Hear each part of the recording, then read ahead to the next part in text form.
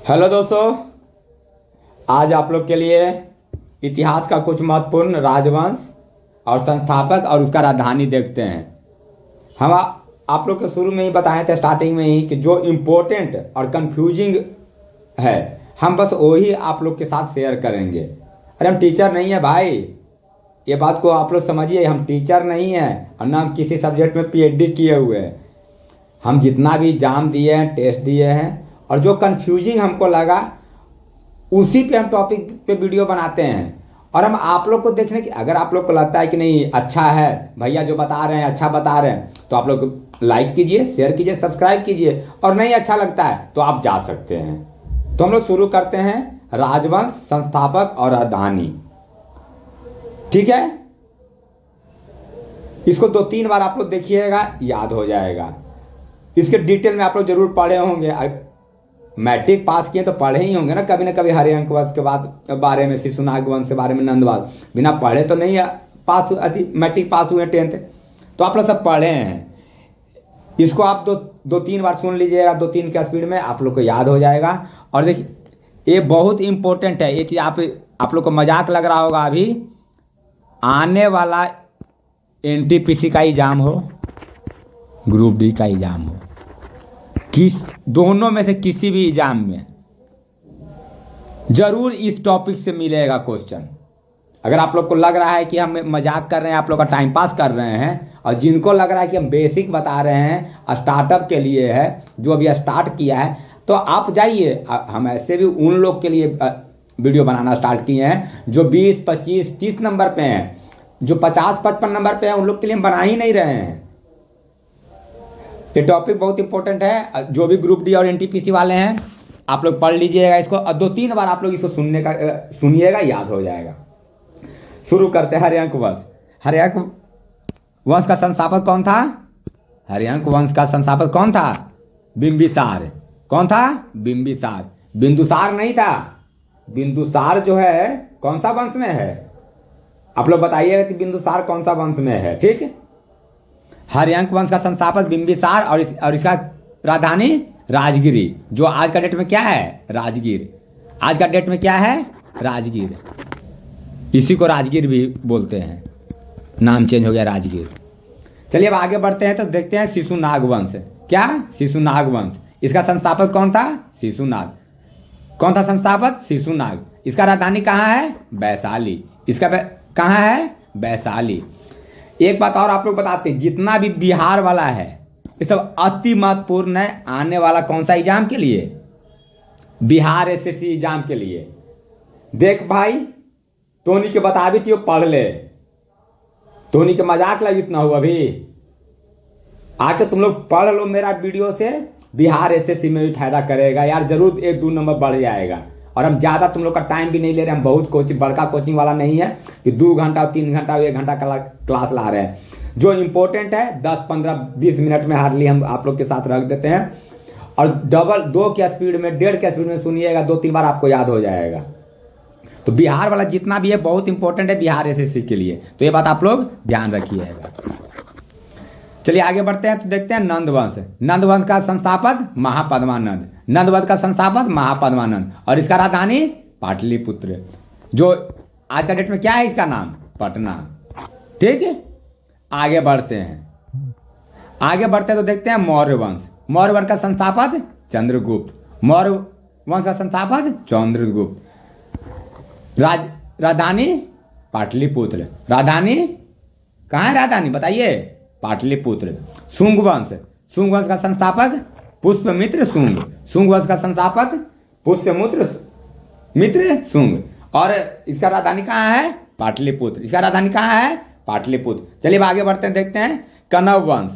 कण्व वंश का संस्थापक कौन था? वासुदेव, और इसका राजधानी पाटलिपुत्र। तो पाटलिपुत्र 4 वंश का क्या है राजधानी? कौन कौन?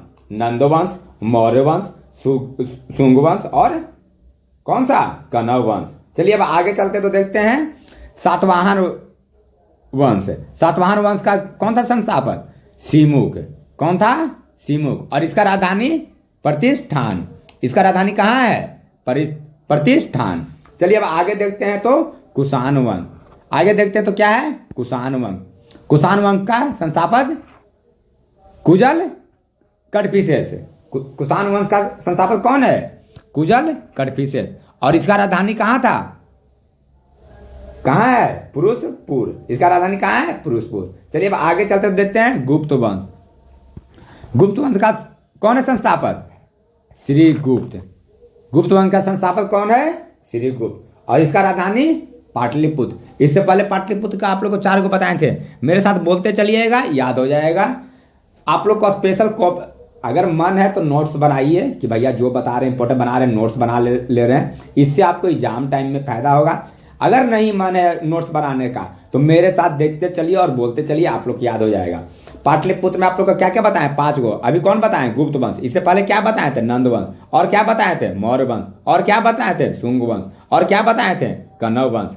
क्या बताए थे? कण्व वंश। कण्व वंश का कौन था संस्थापक? वासुदेव। कण्व वंश का संस्थापक कौन था? वासुदेव। मेरे साथ बोलते चलिए, आप लोग को याद हो जाएगा। और जब तक ग्रुप डी, अभी एनटीपीसी में भी 1.5 महीना 2 महीना से कम नहीं है, तो ग्रुप डी चाहे एनटीपीसी चाहे आते आते तक हम अपने चैनल के माध्यम से जीएस का इंपॉर्टेंट, मैथ का इंपॉर्टेंट, रीजनिंग का इंपॉर्टेंट जो होगा आप लोग के साथ शेयर कर देंगे। ये 2 दिन के अंदर हम कैलेंडर पे ही वीडियो आप लोग के साथ हम करेंगे शेयर। कैलेंडर बहुत लोग का कंफ्यूजिंग पॉइंट है कैलेंडर, तो कैलेंडर का पीडीएफ तैयार कर रहे हैं, कैलेंडर हम करेंगे 1-2 दिन में, हम कैलेंडर का करेंगे आप लोग के साथ। गुप्त वंश का संस्थापक श्रीगुप्त और राजधानी पाटलिपुत्र। चलिए अब आगे बढ़ते हैं तो देखते हैं वर्धन वंश। कौन? वर्धन वंश। इसका संस्थापक पुष्पभूति। इसका संस्थापक पुष्पभूति। और इसका राजधानी थानेश्वर या कन्नौज। थानेश्वर या कन्नौज। बता सकते हैं कहाँ है? आप लोग कमेंट में बताइएगा, हम आप लोग को हिंट कर दे रहे हैं, नॉर्थ इंडिया का है। आप लोग को लग रहा हो कि हमको नहीं पता है। हाँ, नहीं पता है। आप लोग को अगर पसंद आता है मेरा बताया हुआ कंटेंट तो आप लोग सुन लीजिए, नहीं आता है अनलाइक करके जाइए, कम से कम अनलाइक तो कीजिए, कम से पता तो चले कि कितना मेरे व्यूअर्स अनलाइक कर रहे हैं हमको। तो आप लोग आते हैं अपना भी टाइम पास करते हैं, ना लाइक करते हैं, ना डिसलाइक करते हैं, ना सब्सक्राइब करते हैं, ना शेयर करते हैं। अरे अगर नहीं अच्छा लग रहा है मेरा कंटेंट, बेसिक लग रहा है कि बिगिनर के लिए है या जो है, तो आप डिसलाइक कीजिए, कमेंट कीजिए वहां, तो नहीं वहां तो कीजिएगा नहीं। चलिए आगे बढ़ते हैं, देखते हैं पांड्य वंश। पांड्य वंश का संस्थापक कौन था? नेडियोन। पांड्य वंश का संस्थापक नेडियोन। राजधानी मदुरई। राजधानी मदुरई। ये सब साउथ इंडिया का है, ठीक ना? साउथ इंडिया का भी इंपॉर्टेंट है। चलिए अब आगे चलते हैं, देखते हैं चोल वंश।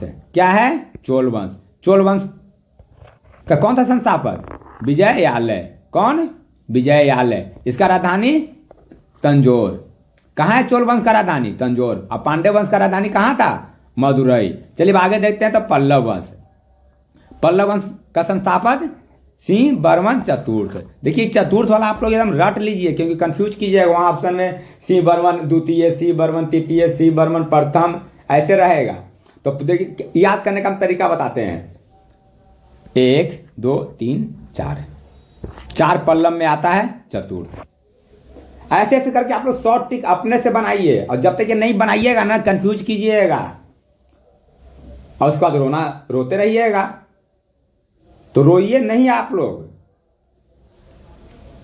छोटा छोटा ट्रिक बनाइए, याद कीजिए, खुद से ट्रिक बनाइए, खुद से याद कीजिए। खुद से ट्रिक बनाए वो ज्यादा फायदा करता है। तो आप लोग क्या कीजिएगा, सर्च कीजिएगा यूट्यूब पे शॉर्ट ट्रिक, तो कीजिए सर्च। आप ही लोग के लिए तो ये सब किया जा रहा है। किसके लिए किया जा रहा है? अपने लिए हम कर रहे हैं। तो पल्लव वंश का कौन है संस्थापक? सिंह बर्मन चतुर्थ। पल्लव वंश का कौन है संस्थापक? सिंह बर्मन चतुर्थ। और इसका राजधानी कांचीपुरम। इसका राजधानी कहाँ है? कांचीपुरम। चलिए अब आगे देखते हैं। तो क्या है? राष्ट्रकूट। क्या है? राष्ट्रकूट। राष्ट्रकूट का संस्थापक कौन था? दंती दुर्ग। कौन था? दंती दुर्ग। और इसका राजधानी कहाँ था? मान्यखेता।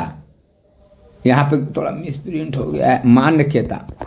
मान्यखेता ठीक है, मिसप्रिंट है तो क्या ही है, वहां आपको थोड़ी हिंदी का एग्जाम दे रहे हैं कि आपका अति होगा। ऑप्शन मिला, मारे आगे बढ़े। राष्ट्रकूट दंती दर्द ऑप्शन। राजधानी कहाँ है इसका? मान्यखेत। चलिए अब लास्ट देखते हैं, जो एक और बिहार का इंपॉर्टेंट है। और ये पाल वंश कब का है, आप लोग बता सकते हैं? आप लोग कमेंट में कीजिएगा कि पाल वंश कब का है। पाल वंश का संस्थापक कौन था? गोपाल। पाल वंश का संस्थापक कौन था? गोपाल। और इसका राजधानी कहाँ था? मुंगेर। इसका राजधानी कहाँ था? मुंगेर। चलिए एक बार और रिपीट कर देते हैं आप लोग के साथ। आप लोग मेरे साथ रिपीट करते चलिएगा, याद हो जाएगा। हरियांक वंश का संस्थापक कौन था? बिंबिसार। हरियांक वंश का संस्थापक कौन था? बिंबिसार। राजधानी कहाँ था? राजगिरी। अच्छा, पाटलिपुत्रा आप लोग को बताए थे कि पाटलिपुत्र जो प्रेजेंट डे पटना है, तो ये 5 वंश का था। कौन कौन वंश का था आप लोग बोलिए तो, याद कीजिए। आप लोग क्या क्या बताए थे? शिशुनाग, नंद, मौर्य और क्या बताए थे? श्रीगुप्त। श्रीगुप्त जो संस्थापक था कौन सा वंश का था? तो गुप्ता वंश का। और नंद वंश और मौर्य वंश और शुंग वंश और कनव वंश, ये 5 वंश का कहाँ है? राजधानी पाटलिपुत्र। चलिए, शिशुनाग वंश तो कौन है संस्थापक? शिशुनाग। इसका राजधानी वैशाली। चलिए अब आगे देखते हैं नंद वंश। नंद वंश का तो राजधानी आपको पता ही है, नंद वंश, मौर्य वंश, शुंग वंश, कनव वंश, गुप्त वंश, ये 5 का राजधानी कहाँ है? पाटलिपुत्र। अब 5 का बस संस्थापक याद कर लीजिए। नंद वंश महापद्मानंद, नंद वंश महापद्मानंद, मौर्य वंश चंद्रगुप्त, मौर्य वंश चंद्रगुप्त, शुंग वंश पुष्पमित्र शुंग, शुंग वंश पुष्पमित्र शुंग। अब आप लोग ऐसा नहीं कीजिएगा कि यहाँ नंद है, यहाँ नंद है, लगा लिए टाइटल, अभी मतलब शॉर्ट टिक लगा लिए, नहीं। ऑप्शन से भी जहाँ पे हमको लगेगा कि बताना है वहाँ हम बता देंगे। जब आप लोग पढ़िए ना तो ऑप्शन देखिए, उसके बाद आप लोग लगाइए। अब यहाँ शुंग है, यहाँ भी शुंग है, क्या आपको लगता है पुष्पमित्र शुंग नाम से एक ही आदमी होंगे?